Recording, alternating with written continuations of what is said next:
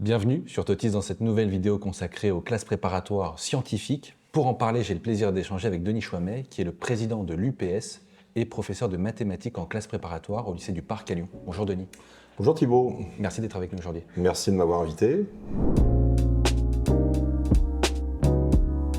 Denis, pour entrer dans le vif du sujet, est-ce que tu pourrais nous présenter rapidement ce qu'est une classe préparatoire et plus particulièrement une classe préparatoire scientifique? Alors une classe préparatoire scientifique, c'est une formation scientifique de base en 2 ans, mais qui est en fait la première étape d'un cursus en 5 ans, classe préparatoire plus grande école d'ingénieurs.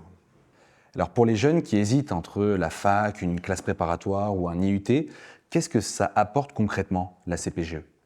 Alors le but de la CPGE, c'est de donner accès à tous les étudiants de cette formation, de leur donner accès à un socle scientifique extrêmement solide et diversifié dans différentes matières, pour ensuite leur ouvrir une multitude de débouchés reconnus dans les grandes écoles.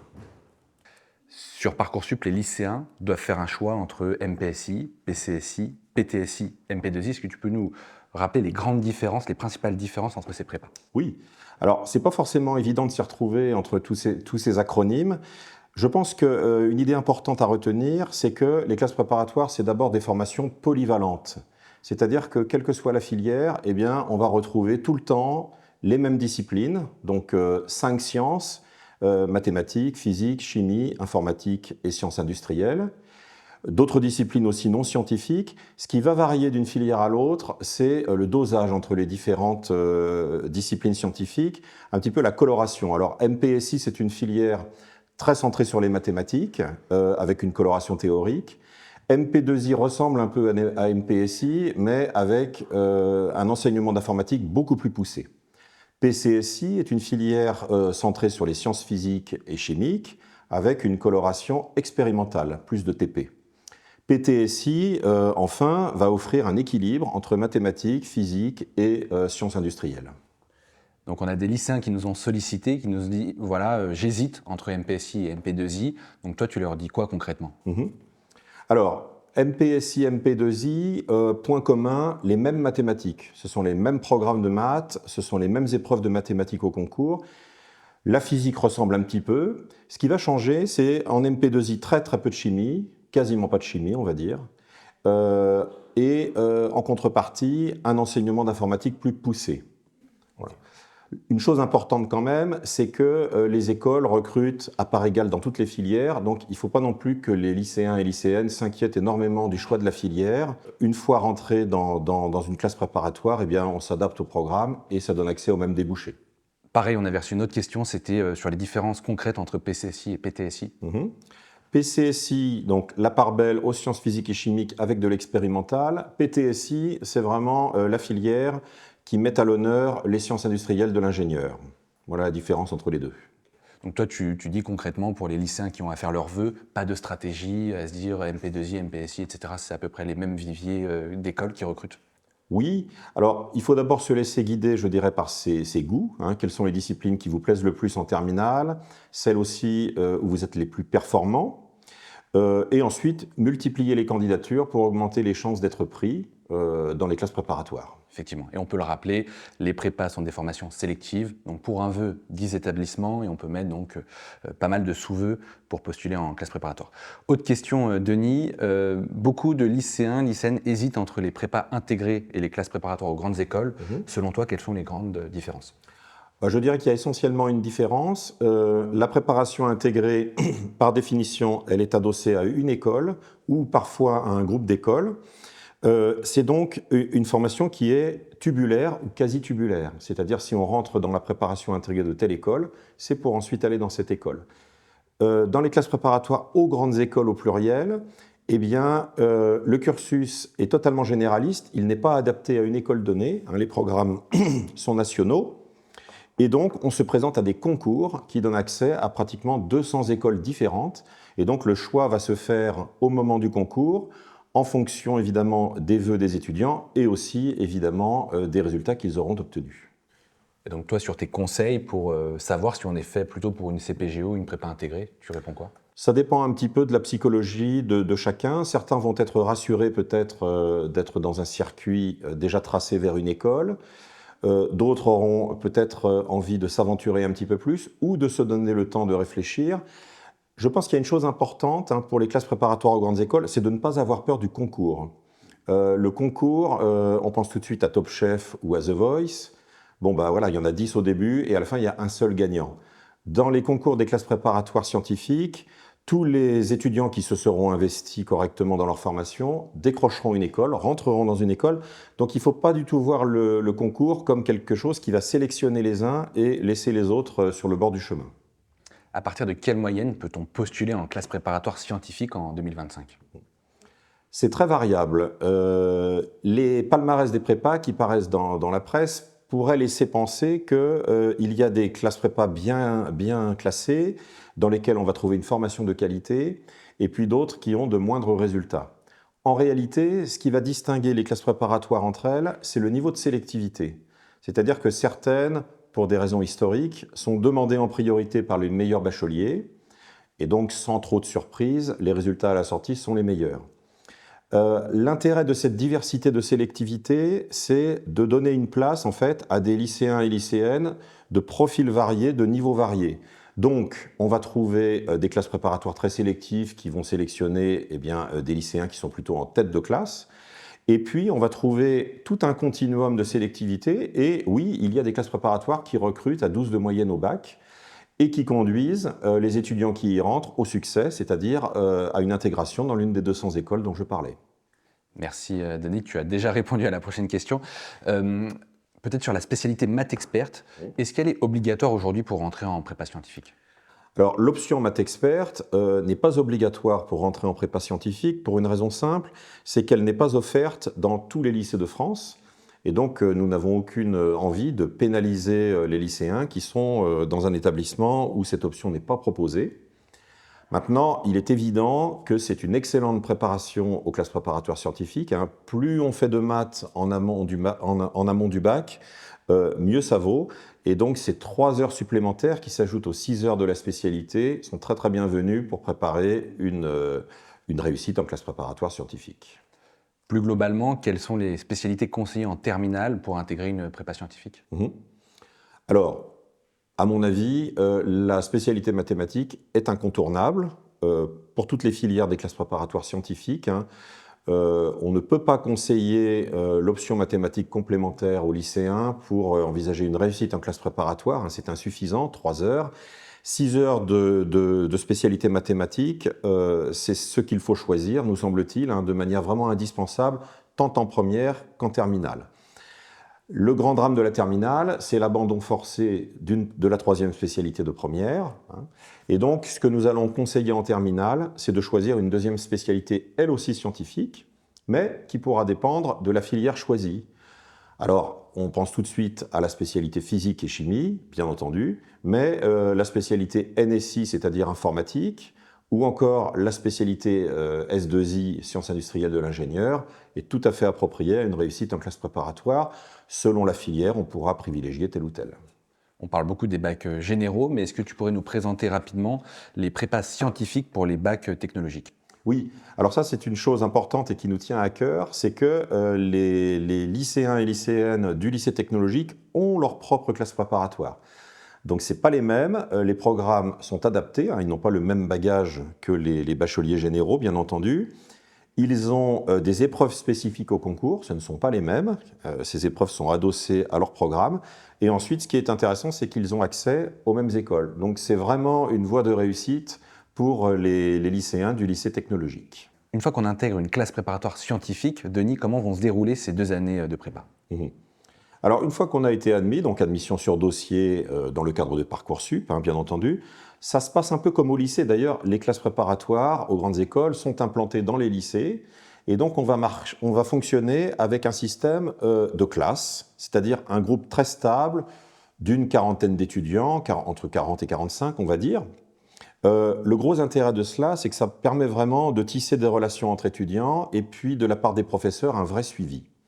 Au terme de la première année, l'admission en 2e année est prononcée par le conseil de classe et on peut dire que dans la quasi-totalité des cas, un étudiant qui a été admis en classe préparatoire, s'il a été sérieux, va passer en 2e année. La deuxième année se déroule selon le même principe, elle est un peu plus courte, puisque les épreuves des concours vont commencer à la mi-avril. Et puis ensuite, l'intégration dans les écoles. Alors, ça n'est pas le contrôle continu, hein, c'est seulement les épreuves de concours qui vont produire donc des classements, et puis ensuite, un petit peu selon le modèle de Parcoursup, des affectations dans les différentes grandes écoles. À quoi ça ressemble concrètement une semaine type en prépa? Ça ressemble à une semaine type de lycée, c'est-à-dire qu'il va y avoir des cours. Voilà, les cours ressemblent énormément à ceux que vous avez, peut-être qu'ils ont un rythme un petit peu plus soutenu. Vous allez avoir des séances de travaux dirigés, d'exercices, vous allez avoir des devoirs sur table, et puis vous allez avoir des nouveaux, j'oubliais aussi bien sûr les TP, hein, les travaux pratiques, et puis alors les nouveautés, des interrogations orales hebdomadaires qui sont vraiment très utiles pour faire le point sur l'assimilation et la compréhension des connaissances. Dans beaucoup de lycées également, il y a une offre sportive, hein, c'est très important en classe préparatoire, on n'est pas sur un modèle de gavage, hein. Ça c'est la caricature de la prépa, c'est-à-dire c'est l'abrutissement. Il est très important de garder une bonne hygiène de vie, du sommeil, et puis d'avoir une pratique sportive. Et donc dans beaucoup de lycées, il y a une offre qui est faite aux élèves de prépa, et nous leur conseillons vraiment d'en profiter. Est-ce que tu peux peut-être développer un peu plus sur les cols qui ne sont pas forcément connus des lycéens? Oui. Alors, chaque semaine, chaque élève de classe préparatoire va avoir 2 interrogations orales, très souvent une interrogation de mathématiques et puis une interrogation dans une autre discipline qui peut être la physique, la chimie, les sciences de l'ingénieur, l'informatique, même aussi d'école de langue et de français. Alors, ces cols ou interrogations orales ont de multiples avantages. D'abord, ça permet vraiment, comme je le disais, de faire le point très très régulièrement sur l'assimilation des connaissances. Donc il y a un vrai suivi de ce point de vue-là. Et puis, ça permet de préparer l'oral des concours, évidemment, hein, qui comportent tous des épreuves de ce type. Et plus généralement, d'apprendre à s'exprimer avec aisance, de ne pas être terrorisé à l'idée de prendre la parole. Ça, c'est vraiment un atout pour la vie. Et un ingénieur, une ingénieure aura besoin de faire des topos. Et donc, c'est une préparation qui est tout à fait adaptée à ce genre d'activité. Merci Denis. Est-ce que tu pourrais nous présenter de manière un peu plus globale les matières qu'on va retrouver en prépa scientifique? Oui. Alors, prépa scientifique égale sciences. Donc, nous allons d'abord trouver 5 sciences différentes, c'est celles que je citais.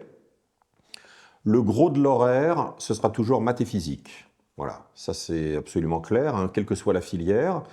Un horaire important de mathématiques parce que les mathématiques sont utilisées en fait par toutes les autres disciplines scientifiques. Donc il faut un entraînement approprié, suffisamment d'heures pour aboutir à une certaine autonomie. C'est quoi ces 10 heures? Alors oui, en moyenne on va dire autour de 10 heures, quelle que soit la filière, parfois plus dans les filières les plus matheuses. Ensuite on va trouver de la physique et de la chimie, donc les sciences physiques. On va trouver les sciences industrielles pour l'ingénieur, et puis enfin on va trouver l'informatique. Donc ça c'est tout à fait commun à toutes les filières, avec, comme je le disais, un dosage différent, hein. Telle matière donnera une coloration par un horaire plus important, un contenu plus important. Alors toi, tu es professeur de mathématiques en classe préparatoire. Est-ce que tu pourrais peut-être justement insister sur les différences entre les maths du lycée et les maths qu'on va retrouver en prépa scientifique? Alors, d'un certain point de vue, il y a une continuité, hein. Les programmes, c'est important que les lycéens le sachent, hein. Les programmes ont été conçus pour, dans un premier temps, s'appuyer sur les connaissances de terminale de la spécialité mathématique. Et donc, on va travailler dans les premières semaines, dans les premiers mois de l'année, sur des objets auxquels les lycéens sont familiers, des fonctions, des dérivées, des intégrales, des suites. Ensuite, les choses vont la pente va un petit peu s'accentuer, hein, et donc on va aborder des mathématiques beaucoup plus conceptuelles, hein. L'apport essentiel de la première année, c'est l'algèbre linéaire, hein. Alors l'algèbre linéaire, c'est vraiment le cadre conceptuel des mathématiques au sens moderne. Donc c'est une théorie qui est belle et profonde. Une chose aussi qui va s'intensifier vraiment en classe préparatoire, c'est la pratique de la démonstration mathématique. On ne va pas se contenter de donner des résultats aux étudiants à charge pour eux d'appliquer. On va vraiment leur expliquer d'où viennent les résultats, donc à travers ces démonstrations de théorèmes. Enfin, une vraie pratique technique, hein. Les mathématiques, c'est des idées et de la technique. Si on n'a pas la technique, c'est-à-dire si même un calcul simple pose problème, on ne pourra jamais obtenir l'autonomie qui est le gage de la réussite. Certains jeunes craignent d'aller en classe préparatoire scientifique. Est-ce que tu peux nous en dire un peu plus sur le rythme et si c'est réellement difficile? Le rythme, oui, va être plus soutenu qu'au lycée, mais ça, je dirais que c'est un petit peu la règle de l'enseignement supérieur, hein. Les exigences changent, la quantité de travail demandée n'est plus la même. Une chose que j'ai toujours à cœur de dire aux jeunes, c'est de leur dire rencontrer des difficultés quand on rentre dans l'enseignement supérieur, c'est normal. Il ne faut pas s'inquiéter de rencontrer des difficultés quand on arrive dans l'enseignement supérieur, tout simplement parce qu'on change un petit peu de monde, hein. On s'achemine vers la vie professionnelle, donc ce n'est pas tout à fait la même chose qu'au lycée. Et donc, les choses qu'on va vous enseigner, par ailleurs, ne sont pas des choses évidentes, hein. La physique de Newton, c'est pas évident. Newton est un génie intellectuel, donc trouver que les choses ne sont pas évidentes, c'est simplement qu'on est normal.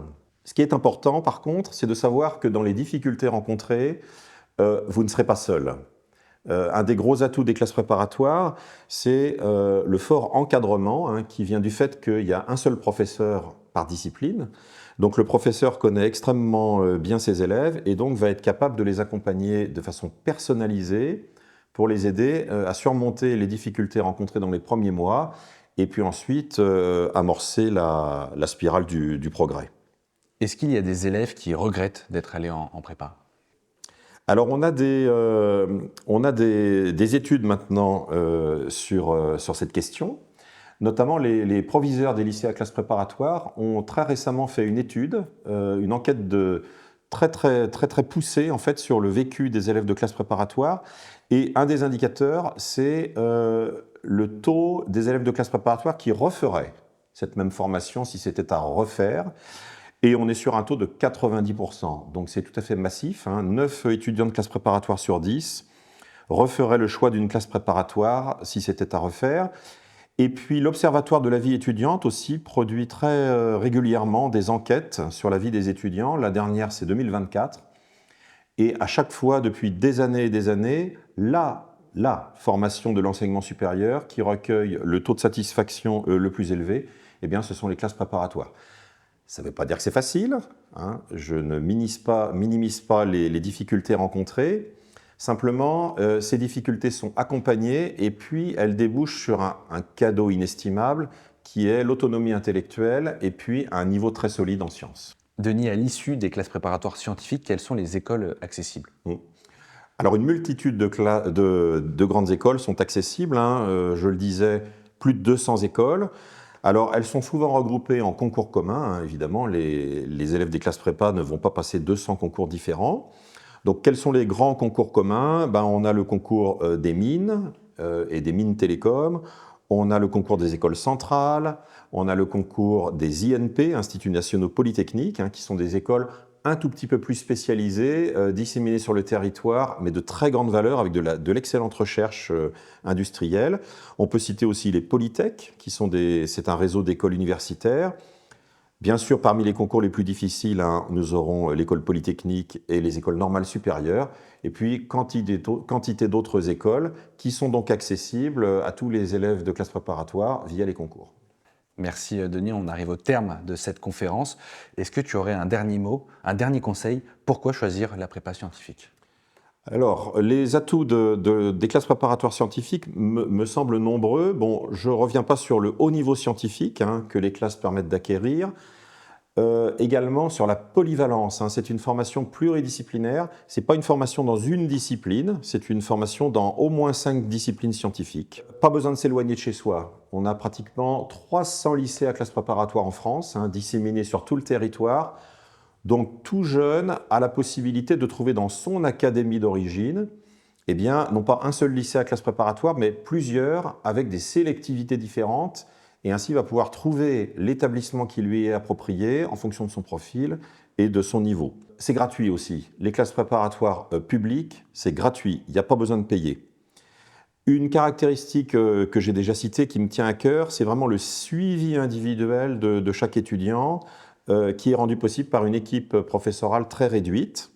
Et puis aussi, et ça c'est pas l'image qu'on a, mais il faut le redire, pas du tout un climat de compétition entre les étudiants, mais bien un climat de solidarité entre les étudiants. C'est enfin un parcours qui est sécurisé à chaque étape. À partir du moment où les lycéens ont été admis en classe préparatoire, et s'ils jouent le jeu, bien entendu, eh bien, ils vont être accompagnés jusqu'au concours et ensuite rentrer très massivement dans des grandes écoles et donc accéder ainsi à des débouchés variés et reconnus.